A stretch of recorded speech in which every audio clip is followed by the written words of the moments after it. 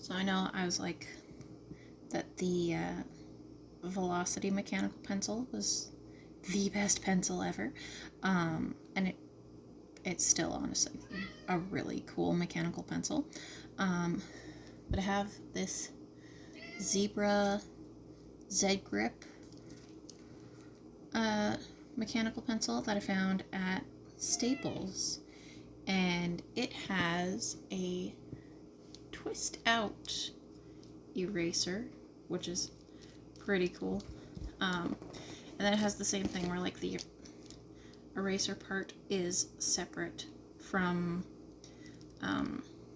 the lead part, which means that when you no longer have eraser, you can still keep your lead in where it's supposed to be, which would have been really nice sometimes in school.